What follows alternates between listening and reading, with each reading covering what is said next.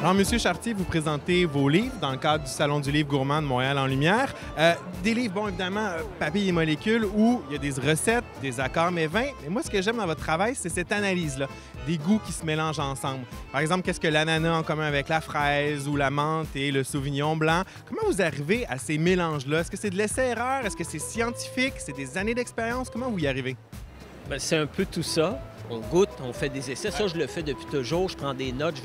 J'ai voyagé dans le monde entier pour rencontrer des cuisiniers, le street food comme les 3 étoiles. Ça, je fais ça depuis toujours, depuis 30 ans, en tout cas. Et par contre, je suis allé voir des scientifiques. Je suis allé à Barcelone, je suis allé à Bordeaux. Je travaille encore avec des laboratoires scientifiques pour pouvoir comprendre quelles sont les molécules aromatiques qu'il y a dans les vins, qu'il y a dans les aliments. Qu'est-ce qui fait que ça se rencontre? Où j'ai mis le doigt sur quelque chose, parce que ça existe déjà, cette matière-là, mais ils ne l'ont jamais mis ensemble. C'est là que j'ai eu l'intuition qu'il se passait quelque chose. Quand on met des arômes, donc des molécules de même famille ensemble, si je bois un vin de Syrah qui sent le poivre et l'olive noire, si je mange un plat qui a des olives noires ou du poivre ou les deux, bang, il y a harmonie. Le résultat est plus grand que la somme des parties. Ouais, donc 1 plus 1 ne fait pas 2, fait 3 puis peut-être 4.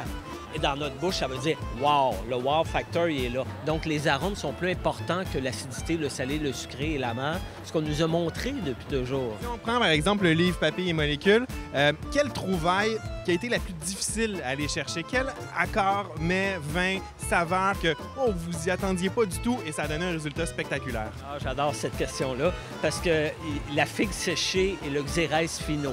Le Xérès Fino, c'est un vin blanc du sud de l'Espagne qui est très blanc, qui est blanc, mais très sec. Qu'un gramme de sucre, très acide. La figue séchée, c'est tout le contraire. C'est brun, c'est caramélisé, c'est épicé, c'est sucré à fond. C'est 2 mondes. Je fais mes recherches. Là, on recule en 2002-2003. Là, figue séchée, je trouve une molécule dominante, la solérone. Pas besoin de retenir ça. Je dis, OK, parfait. 6 mois après, je suis dans le Xérès Fino, solérone. Attends une minute, je retourne dans mes livres. Figue séchée, solérone. Là, je suis convaincu que ma science, ma thèse, elle marche pas tout le temps. Je vais quand même acheter des figues séchées du Xérès Fino. Je goûte. Eureka, c'est à se rouler à terre. Ça doit être le fun d'être la blonde de François Chartier. Merci beaucoup. Merci. Alors, je suis toujours au Salon du livre gourmand avec Bob le chef. Bob le chef qui vient présenter ses livres L'anarchie culinaire. C'est quoi ça, l'anarchie culinaire? C'est quoi? Il n'y a pas de convention, il n'y a rien qui tient. On peut faire ce qu'on veut. On peut faire ce qu'on veut. Écoute, c'est tout le temps fait avec les vraies techniques, les vraies règles de base qu'on trouve dans la cuisine. Je suis quand même un vrai chef, j'aime le penser. Mais tout en s'amusant. Tu sais, j'enlève un petit peu le côté pogné. Je déboutonne le premier bouton de la chemise avant de commencer à cuisiner. C'est un peu ça que j'essaie de montrer au monde, qu'on peut s'amuser pour faire de quoi avec les moyens du bord. Il y a une personnalité forte, Bob le chef.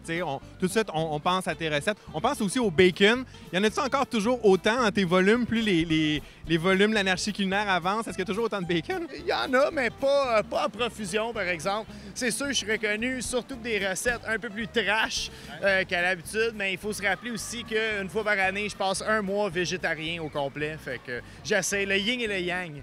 Il faut pas juste t'associer à un type de cuisine plus grasse, il y a autre chose aussi. Absolument pas. Non, mon type de cuisine, ce serait vraiment une cuisine accessible. C'est vraiment ça que j'essaie de montrer aux gens, qu'on peut faire des miracles avec seulement ce qu'il y a à l'épicerie. Tu nous parles de petits miracles, là. Y en a-tu un dans tes 3 livres ici là, que tu dis « OK, ça, c'est un miracle, je pensais jamais faire une bonne recette avec ça et j'ai réussi. » Écoute, le premier livre, c'est encore un miracle. J'en ai encore des frissons quand je le regarde, OK?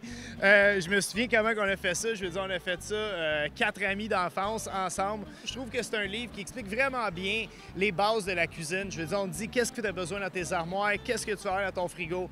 Vraiment des recettes simples que n'importe qui de 15 à 115 ans peuvent réussir à la maison. Alors, je suis avec Christelle Tanelian qui vient présenter dans le cadre du Salon des livres gourmands de Montréal en Lumière son livre « Ensemble ». Un livre que j'ai adoré. Je trouve que c'est une cuisine qui m'a dépaysé.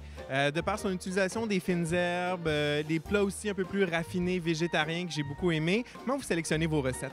Ben, j'y vais, en fait, avec mes goûts. Je suis beaucoup attirée dans ma cuisine par les fines herbes, les épices, l'huile d'olive.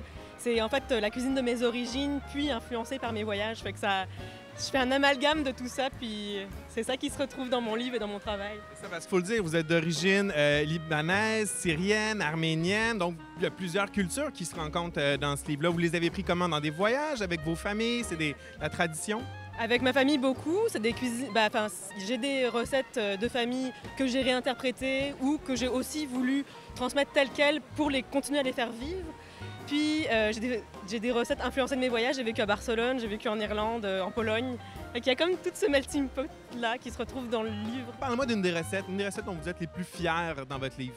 Il y a la recette des pizzas arméniennes, qui sont les pizzas de mes origines, où ça a été tout un challenge d'arriver à obtenir vraiment la pizza comme chez ma grand-mère, avec le même goût, la même texture, comme je voulais. C'est très simple, ça se mange avec, justement, on peut la garnir de tomates, de dés de concombre, des choses comme ça. On arrose de citron, puis on boit avec le ayran, qui est un mélange de yogourt et d'eau, en tout cas une boisson arménienne typique. C'est parfait avec les pizzas arméniennes. Et votre livre s'appelle Ensemble. Est-ce que les recettes sont vraiment faites pour cuisiner en famille avec les enfants, vraiment?